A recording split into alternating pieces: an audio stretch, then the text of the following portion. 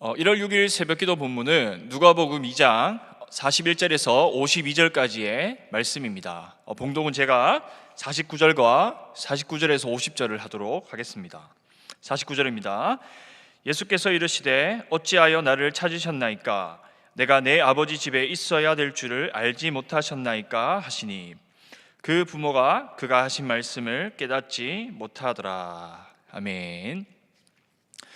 오늘 보면 예수님께서 12살이 되었을 때에 일어난 한 사건에 대해서 다루고 있습니다. 어제 본문에서 살펴보았듯이 예수님의 부모 마리아와 요셉은 아주 경건한 사람들이었습니다. 경건한 부모 밑에서 예수님은 태어날 때 할례를 받으셨고, 또 예수님의 부모 마리아와 요셉 또한 그들도 정결의식을 치르고 율법이 지시한 대로 제사를 드렸습니다. 그리고 오늘 본문에서도 그들이 율법을 따라 유월절을 지키러 예루살렘으로 가는 장면으로 시작하고 있습니다. 유월절은 77절 장막절과 함께 이스라엘의 그 성인 남자라면 1년에 한 번은 참석해야 되는 절기입니다. 유월절은 이스라엘 절기 가운데 가장 중요한 절기로 이스라엘 백성이 애굽으로부터 구출된 것을 기념하는 날입니다. 하나님께서 애굽의 그 10번째 재앙을 내리실 때에 문설주에 어린 양의 피를 바름으로 이스라엘 백성들은 그 재앙에서 벗어날 수 있었습니다. 그 유월절을 기념하기 위해서 요셉과 마리아는 해마다, 즉 매년마다 예루살렘으로 오게 된 것이죠. 오늘 이 여정에 12살이 된 예수님께서 함께하게 되었습니다. 당시 유대 소년들은 12살 때부터 이제 율법의 아들로서 율법을 배울 뿐만 아니라 또 율법의 일부를 준수해야 될 의무를 가지고 있었습니다. 또한 13살이 되던 해에 성년식을 하였기 때문에 12살은 소년에서 성년으로 넘어가는 전환기라고 이야기할 수 있습니다. 그렇기 때문에 요셉과 마리아는 예수님에게 매우 중요하고 거룩한 날에 대해서 오늘 가르쳐 주기 위해서 이 여정에 함께 예수님이 동행하게 된 것입니다. 그들은 일주일 동안의 유월절 절기를 모두 마치고 다시 나사렛으로 돌아가게 됩니다. 그러나 예수님은 여전히 예루살렘에 머물러 있었고 요셉과 마리아는 그것을 알지 못했다라고 이렇게 성경은 기록합니다.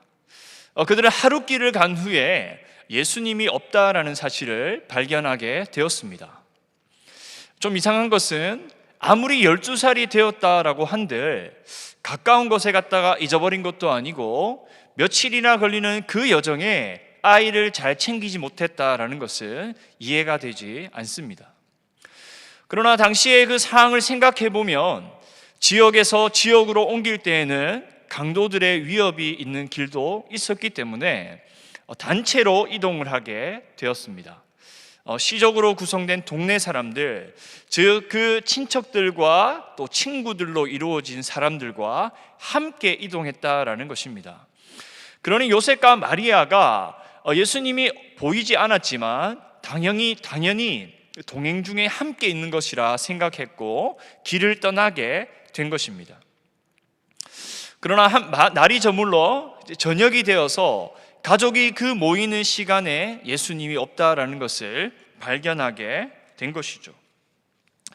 그들은 예수님이 없다는 사실을 알고는 다시 애타게 예수님을 찾으면서 예루살렘으로 돌아왔습니다. 3일이라는 시간이 흘렀고 예수님을 성전에서 찾게 되죠. 그때 예수님은 성전에서 무엇을 하고 계셨는가?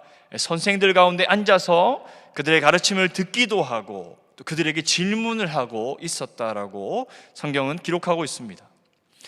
유대교에서 일반적으로 제자들이 자신의 선생들과 질문과 답변을 이렇게 주고받으면서 대화를 했던 그 모습 그대로 성전에서 예수님은 그 선생들과 이런저런 대화를 하고 있었다라는 것이죠.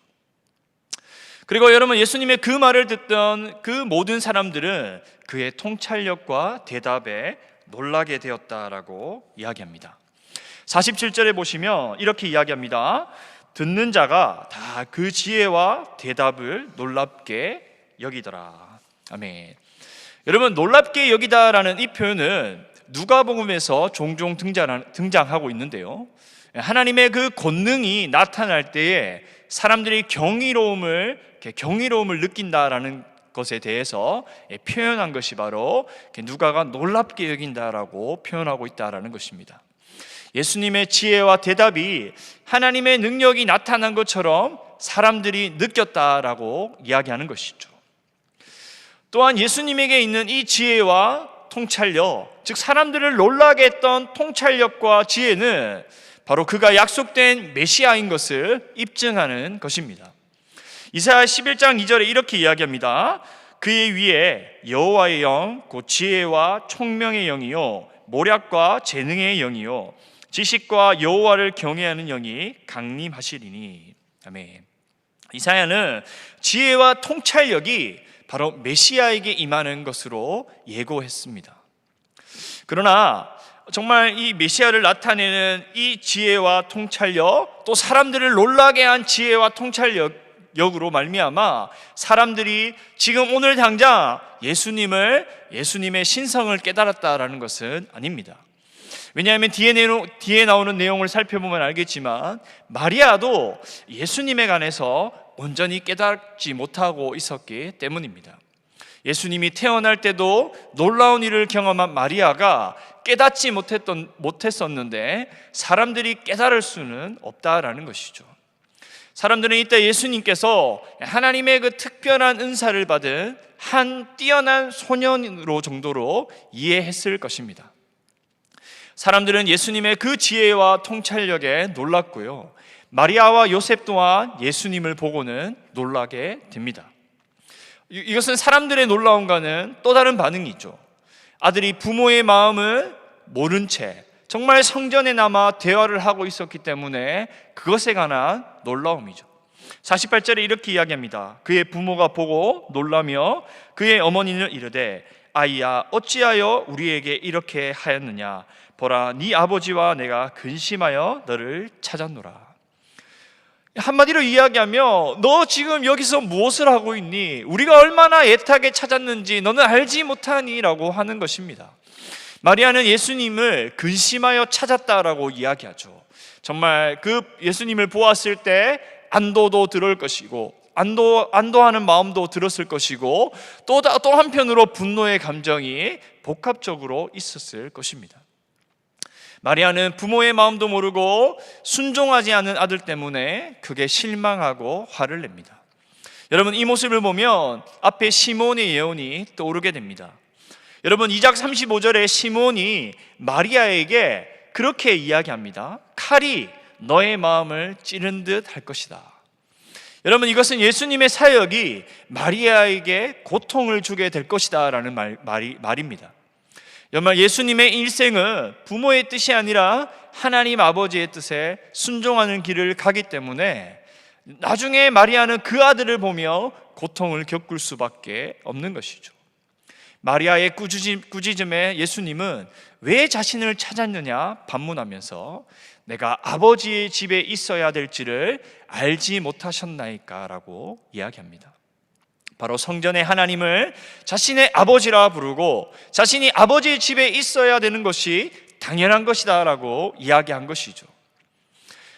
여기서 예수님은 자신의 정체성을 확실히 알고 밝히고 있습니다. 그분은 하나님의 아들이시죠. 하나님 아버지의 집에서 하나님과 친밀한 관계를 맺는 아버지의 뜻을 실현하는 것이 바로 예수님의 정체성입니다. 그렇기 때문에 자신이 해야 할 일을 하고 있었다라는 것이 바로 예수님의 주장이죠. 즉 사람들에게 하나님의 일들에 대해서 가르치며 하나님 아버지의 뜻을 이루는 것이 자신의 사명이다라는 것을 말하고 있는 것입니다. 예수님의 이 말에 마리아와 요셉은 도무지 이해를 하지 못합니다. 지금 아들이 무슨 이야기를 하고 있는지 깨닫지 못한 것이죠. 예수님이 과연 누구인지, 예수님의 사명이 정확하게 무엇인지를 알지 못하고 있다라는 것입니다. 사실 마리아가 예수님의 정체성에 대해서 알지 못했다라는 것은 쉽게 이해하기 힘듭니다. 왜냐하면 예수님을 잉태하였을 때에 천사가 와서 그렇게 이야기하죠. 배의 아기가 지극히 높으신 하나님의 아들이라는 사실을 천사가 분명히 밝혀 주었습니다. 그런데 지금 예수님의 말과 그것을 연결하지 못하고 있다라는 것이죠. 이것에 대해서 학자들도 여러 가지 견해를 이야기했습니다. 왜 마리아가 이 사실을 깨닫지 못했는가? 여러 가지 견해를 나열하고 있지만 사실 명확하게 딱 이야기하는 것은 없습니다. 여기서 중요한 것은 마리아가 깨닫지 못했다, 깨달았다, 왜 깨달지 못했을까가 중요한 것이 아니라 중요한 것은 마리아가 이해하지 못했다면 다른 사람들도 예수님의 정체성에 대해서 알지 못하는 것은 당연한 것이다라고 이야기하는 것이죠. 여러분, 그 일이 있은 후에 예수님은 나사렛으로 돌아가서 부모에게 순종하며 지냈습니다. 그분은 하나님의 아들이었음에도 불구하고 육신의 부모와의 그 관계 속에서 사람의 아들로서 하나님의 때를 기다리며 순종하며 살아가셨다라는 것입니다. 그리고 마리아 또한 이 모든 일을 마음에 깊이 간직하며 살았습니다. 잉태부터 시므온의 예언, 또 예수님께서 스스로 하나님을 아버지라 부르는 그 사건을 마음에 새기며 살았던 것이죠. 그리고 예수님 오늘 그러고 나서 52절에 예수님께서는 52절에 이야기했듯이 예수님은 지혜와 키가 자라가면서 하나님과 사람 앞에 더욱 사랑스러워 가셨다라고 성경은 이야기하고 있습니다. 여러분, 오늘 예수님은 자신이 분명히 누구이며 자신이 무엇을 해야 할지를 알고 있었습니다. 즉 자신의 정체성에 대해서 확실히 알고 있었다라고 이야기할 수 있죠. 그분은 하나님의 뜻을 이루기 위해서 본인이 이 땅에 오셨다라는 것을 잘 알고 있었습니다. 사람들에게 하나님 아버지에 대해서 가르치기 위해서 오셨고, 또 우리의 죄값을 대신 치르고 십자가에 죽으시기 위해서 이 땅에 오셨습니다. 그분은 하나님의 아들로서 오셨지만 동시에 사람의 아들로서 부모에게 순종하며 때를 기다리며 이 땅을 살아가셨습니다. 여러분, 내가 누구인지 깨닫는 것은 너무나 중요합니다. 내가 누구인지 깨닫고 난 후에 우리는 우리의 걸음을 정하게 되는 것이죠.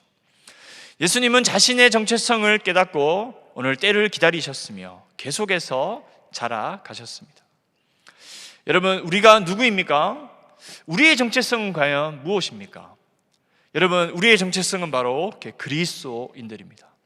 예수님을 주인으로 삼고 살아가는 사람들이 바로 우리의 정체성이죠. 여러분, 오늘 예수님께서 자신의 정체성을 깨닫고 그렇게 하나님의 뜻 가운데 살아가셨듯이 우리 또한 우리의 정체성을 깨닫고 우리 또한 하나님의 뜻 가운데 살아가야 합니다. 여러분, 우리가 그리스도인이라고 이야기했습니다. 우리가 예수님을 주인으로 삼고 살아가는 사람들, 예수님을 닮아서 예수님의 방식을 쫓아 살아가는 사람들이 바로 우리 그리스도인들입니다. 여러분, 교회가 점점 신뢰를 잃어가고 있고 그리스도인들조차 신뢰를 잃어가는 상황에서 다시 우리에게 필요한 것은 우리가 우리의 정체성을 깨닫고 우리를 부르신 그 뜻대로 하나님이 기뻐하시는 선택을 하며 우리가 살아가야 할 것입니다. 여러분, 이제 새로운 한 해를 시작하고 이제 며칠이라는 시간이 흘렀습니다. 여러분, 새해 많은 계획들을 우리가 세우게 되죠. 그러나 우리가 다른 어떤 계획들보다 하나님과의 바른 관계를 맺는 것에 우리가 우선순위를 두고 계획을 세워야 합니다. 여러분, 우리는 몸과 영혼이 꾸준히 성장하면서 더 온전히 우리가 주님의 형상으로 변화되기까지 날마다 우리 자신을 가꾸며 성숙해야 됩니다. 여러분, 시간이 흘러도 내적으로 외적으로 우리가 자라지 않는다면 그것은 올바른 신앙이 아니겠죠. 여러분, 오늘 예수님께서 자신이 누구신지를 분명히 알고 지혜와 키가 자라며 하나님과 사람들에게 계속해서 사랑받아 가신 것처럼 오늘 우리도 우리가 누구인지를 깨닫고 우리의 정체성을 올바로 깨닫고 하나님과 사람들 앞에서 더욱더 자라나며 사랑받는 여러분 되시기를 주님의 이름으로 간절히 축원합니다. 아멘. 오늘 수요일 기도 제목은 다음 세대입니다. 우리 영아부에서부터 우리 사랑부에 이르기까지 우리 다음 세대들이 예수님을 깊이 경험하고 또 지혜와 키가 자라면서 하나님과 사람들에게 사랑받는 아이들로 자라가길 함께 기도하고 계속해서 교회를 위해서 기도하며 나아갔으면 좋겠습니다. 기도하겠습니다.